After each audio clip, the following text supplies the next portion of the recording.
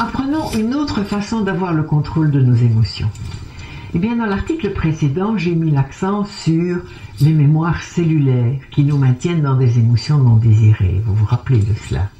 Et nous avons appris à déjouer cela en modifiant des micro-comportements dans notre corps. Oui.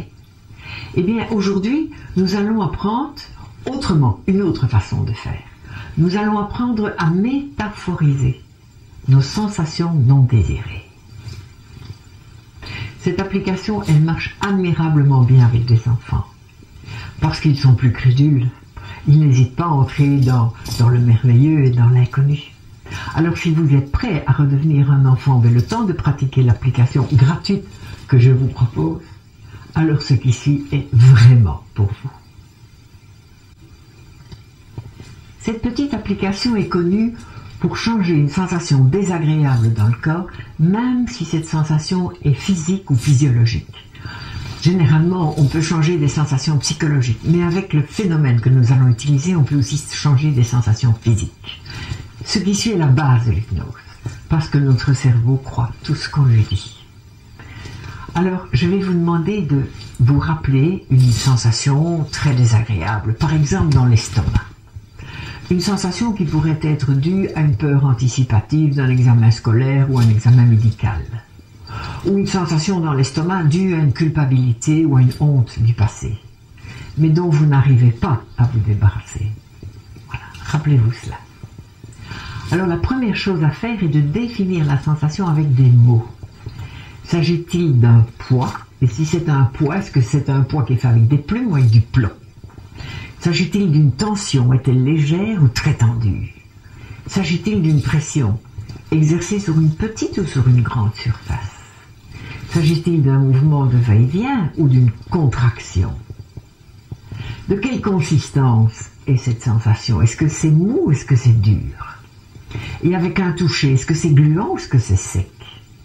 La température de cette sensation est-elle chaude, froide ou est-elle brûlante? Donc vous définissez cela d'abord avec des mots. Deuxième phase de l'exercice. Vous allez prendre la sensation avec vos deux mains et la sortir du corps pour l'imaginer devant vous, suspendue là dans les airs. Tout simplement. Ouais. La troisième phase va être d'apparenter cette chose à un objet en 3D. Ouais.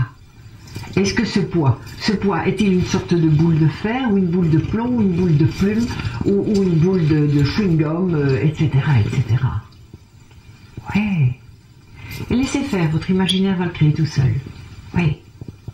Alors l'objet 3D donc se dessine spontanément dans votre tête, vous le respectez, c'est parfait. Et puis, autre phase suivante, vous vous posez la question. Si cet objet existe vraiment, de quoi est-ce que moi j'ai besoin pour l'anéantir? Et il suffit parfois de changer sa couleur pour qu'il perde ses spécificités. Exemple, si je peins la boule de fer avec de la couleur rose, eh bien la boule devient plus légère et non agressive, et je pourrais même lui permettre de s'envoler, ce qui fera disparaître ma sensation dans l'estomac. À vous de jouer. À vous de créer cela, de créer des métaphores qui seront acceptées par votre inconscient, parce qu'alors votre inconscient fera le reste. Alors pour la petite histoire, je vous raconte deux petites choses. C'est l'histoire d'un petit garçon qui était plein d'angoisse, il était immergé là-dedans chaque fois qu'il était dans le noir de sa chambre, et auquel j'ai suggéré qu'il avait le pouvoir de voir dans le noir comme son chat. Et instantanément, sa chambre s'est éclairée et l'angoisse a disparu. C'est aussi l'histoire d'une petite fille qui avait des palpitations quand elle était en présence de sa maîtresse d'école.